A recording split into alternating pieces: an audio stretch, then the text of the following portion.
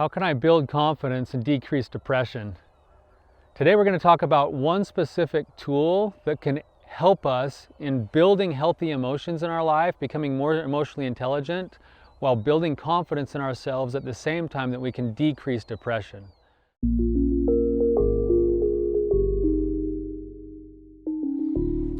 What's going on, you guys? I'm Tyler, Wandering Therapist. I'm excited to be here with you today. I frequently get this question: how do I overcome depression? And also, how do I build more confidence in myself?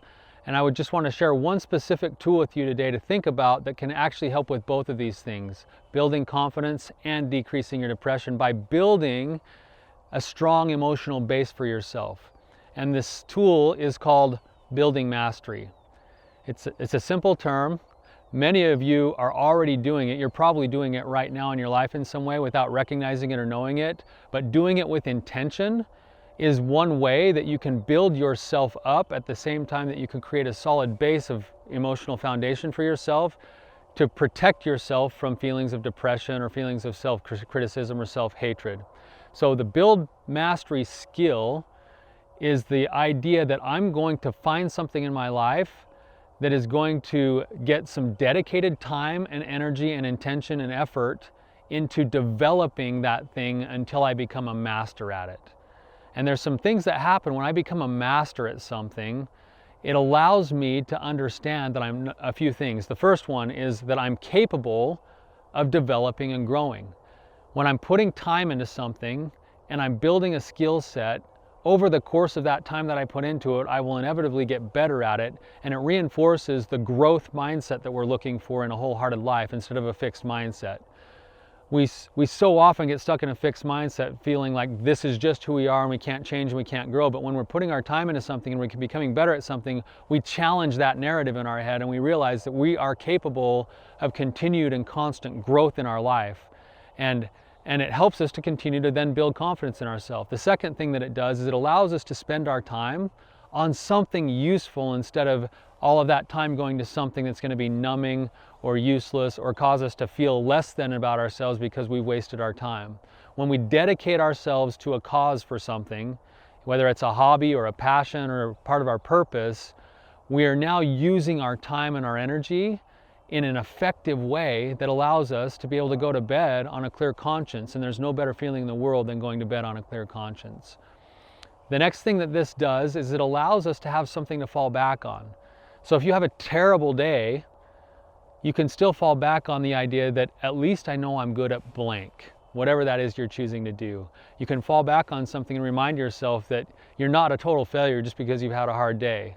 You're still good at X, Y, or Z, whatever it is that you've chosen to build mastery on. So I want to give you a couple of examples of this and how this works. The first one is with a man that I worked with a long time ago. I was sitting in my office teaching him this skill, and we were talking about, he was trying to overcome some addictions and he was trying to overcome some depression, and we talked about the build mastery skill, and he left the office and he decided that he was going to learn more about horses. His family had some horses. He wanted to get into horses and understand horses better, so he started spending time every day reading books, watching YouTube videos.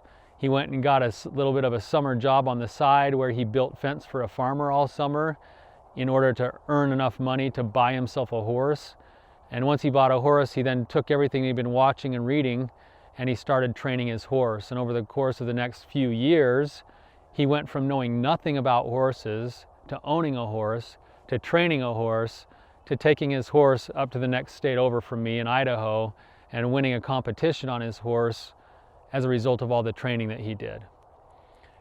And I found this out after several years of not really talking to him or seeing him. I bumped into him and I said, what's been the best thing in your recovery process? And he said the build mastery skill. And my time spent with the horses was never wasted. It was always good for me, even when it was hard. Even on the days that I wasn't doing well with the horses or the training wasn't going right, I was still putting my time and energy into something that meant something to me and that mattered. And over the course of that time, he became a master at it, and he was able to then trust himself and build confidence and realize that he was capable of doing those things. He was also capable of doing hard things, which is something that all of us need to come to a realization of. One more example of this is something that happened for me several years ago. I was living in Idaho at the time, and I had heard about this place where you could go fishing at nighttime and catch really big fish. And I didn't really know what I was doing, but I figured I'd try it one night. So I drove myself out to this place, and I had no clue what I was doing, and I kind of rigged something up on my fishing rod that I thought might work, and I spent the better part of a night catching nothing.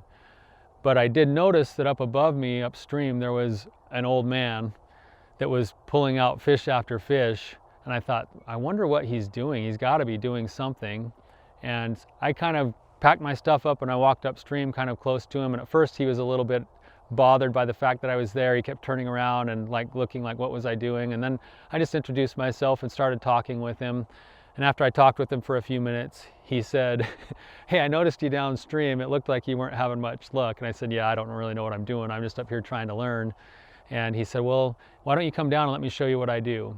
And he then showed me exactly what he was doing, the knots that he had tied, the types of flies that he was using, the way he had rigged his rod up, where he was casting, what parts of the current he was putting it in, and he basically gave me a lesson on how he was doing what he was doing. And that went and turned into kind of a passion for me, where for the next several weekends, after getting the kids in bed, I'd pack my stuff up and I'd go back out to the same spot, and I started putting into practice the things that he had taught me. And over the course of a year or two, going fairly frequently, I was able to go from not knowing what I was doing to being able to catch 20 or 30 fish in a couple of hours every single night, sometimes some really big fish, to then being able to take a friend or two with me and teach them the same things that had been taught to me.